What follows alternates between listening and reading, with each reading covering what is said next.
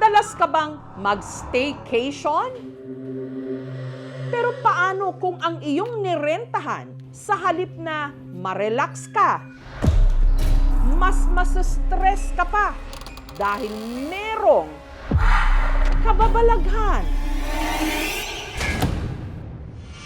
Gaya ng naranasan ng grupong ito. Ayoko! Nang isa raw sa mga drawer sa nirentahan nilang bahay bakasyonan, Which one is open? Open! Open! Guys, stay away! Where's it's Marcus? Right here? Right here. No! kusa raw nagbukas kahit wala namang tao. See how hard to open that? Yeah. Went in the bathroom. Yeah. Can it push by itself? Get out of the way. Get out of the way.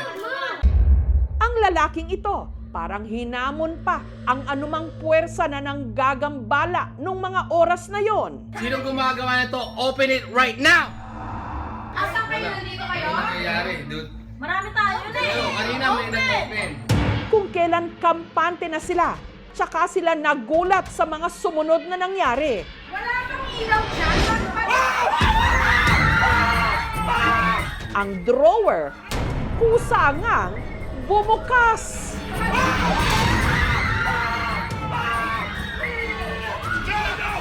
no, no, no, no, no. No, no, no, no. Stop, stop, stop, stop. No, I saw No, no, no. It was shaking. It was shaking.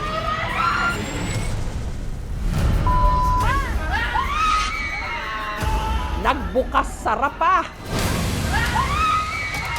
Real life paranormal activity?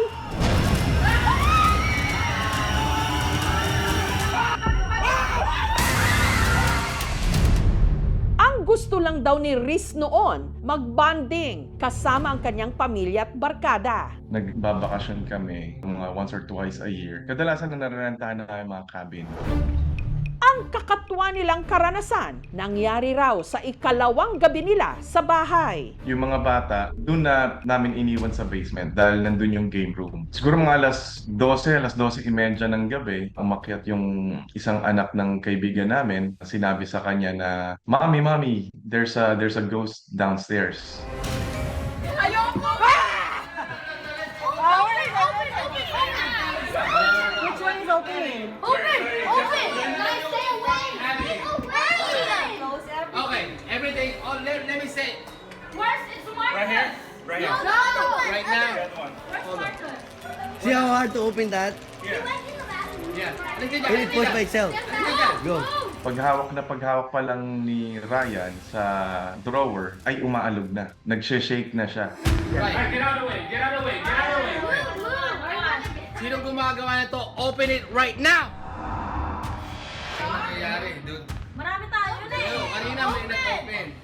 Is it loose? No. Nakita mo mo. Nakita ko. Mahigpit? Open! Nakita ko. Wala kang ilaw dyan. No, no! No, no, no, no, no, no! No, no, no, no! Stop, stop, stop, stop! No, I saw No, no, that. no! It was shaking. It was shaking. Can we go? Open it! Oh my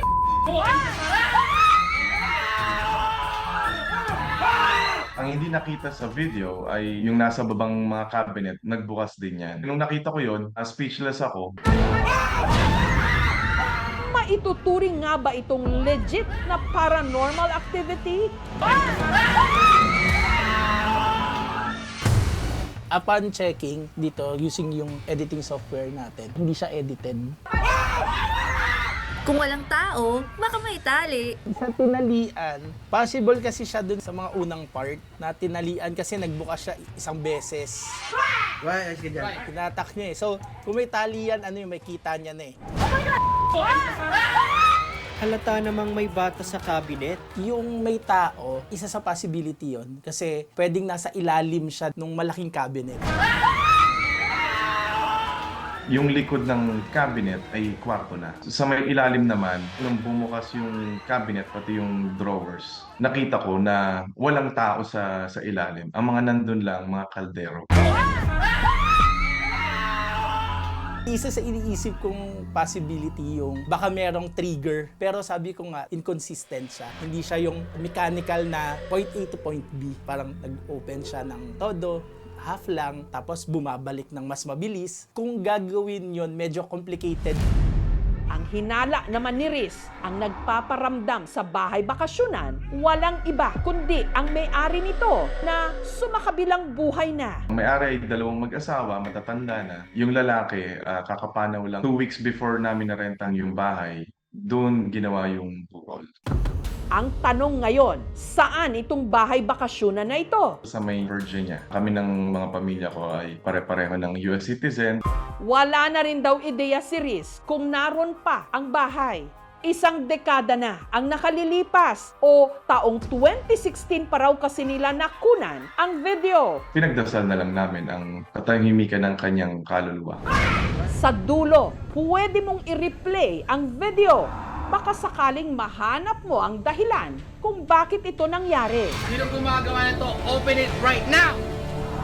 Pero kung ikaw mismo ang naroon, iisa lang ang tanong.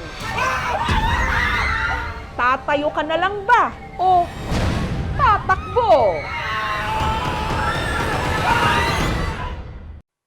Thank you for watching, mga kapuso. Kung nagustuhan niyo po ang videong ito, subscribe na sa GMA Public Affairs YouTube channel. And don't forget to hit the bell button for our latest updates.